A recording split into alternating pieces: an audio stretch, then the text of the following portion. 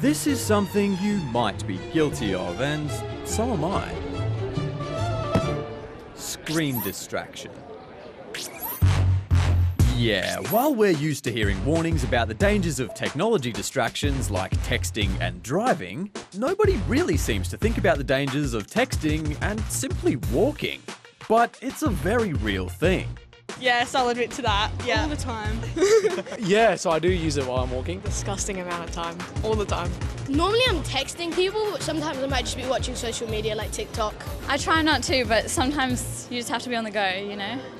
One person who has been thinking about it though is Dr. Matt Brodie, who's a neuroscientist and engineer working at the University of New South Wales. I'm concerned about how much time my children are spending in front of screens when they should be looking around. And I go down to Bondi Beach or some other popular spot and it's this beautiful day and as many as 80% of people are head down, thumbs up, looking into their screen. And I was wondering, is there a danger to this activity? Yeah, probably. You can bump into people. Definitely, yeah. Yeah, I don't want to run into anybody, yeah. I would say it's dangerous, but I try to be as careful as I am while doing it. Probably. Yeah. Yeah, might bump into someone.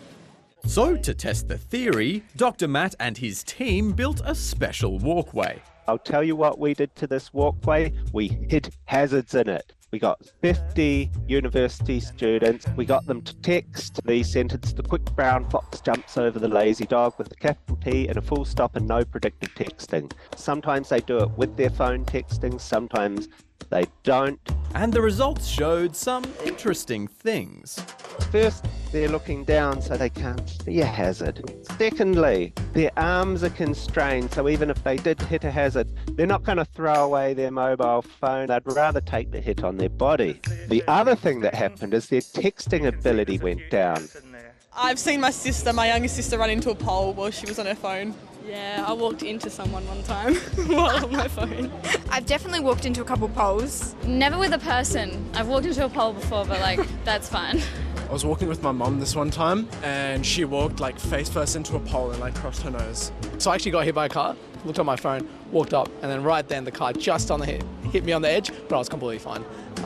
But yeah, so very close call. I just get so busy, so I don't do things when I'm supposed to. I'm just walking, right? I might as well just kill some time and do what I need to do, right? Do a bit of multitasking. Multitasking, exactly. Would you say you're good at multitasking? No, not really. Researchers from Monash University in 2022 found that 31% of 814 pedestrians were involved in a critical safety incident, mainly failing to check for traffic before crossing the road. But even though it's proven scientifically to be dangerous, it doesn't stop people from doing it. It's highly addictive. As a developing person, our brains are tuned to wanting to be part of a group. We get this instantaneous reward from texting and social media. On the flip side, there's a risk that you might walk in front of a bus. But for a young person, that's something distant that may or may not happen. It doesn't really fit into the equation. Normally I'm sending snaps to friends or just texting friends. Or like switching between songs on Spotify. Yeah. Normally it's just like scrolling through Instagram or like messaging my friends. Texting people. Pokemon Go. Normally I'm also texting people. Sometimes I might just be on Snapchat or like other social media.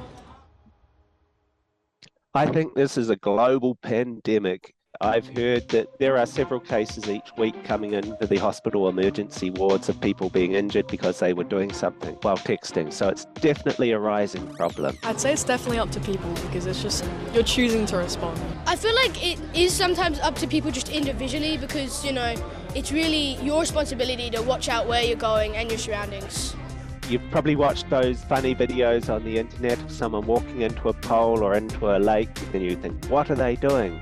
But in the same way, we can't blame someone for having a mental illness. We can't blame someone for being addicted to a highly addictive piece of technology. Dr. Matt and many other experts reckon that more needs to be done to help curb this problem. But traditional measures like warning signs and campaigns aren't the answer.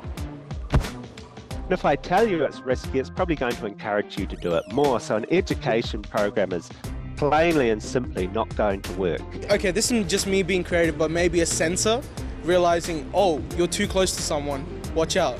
Like voice text maybe, and headphone use. I think like if you have like a function like where it's like on using Google Maps or something, where it can like just remind you, hey, like you're next to the road. Can you like just give me a beep saying, hey, like pause what you're doing? Phones should not be functional. You should have GPS stuff. When you're moving, it just turns off. Apple has made like focus mode, so I could turn that on while I'm going home, so I wouldn't be allowed to use my phone. Maybe just don't. Just don't be us. I hope you don't remember me as the Grinch that stole texting, but next time you are about to step off the road into an oncoming traffic, just put the phone in your pocket. And if you're not good at multitasking like me, do not do it.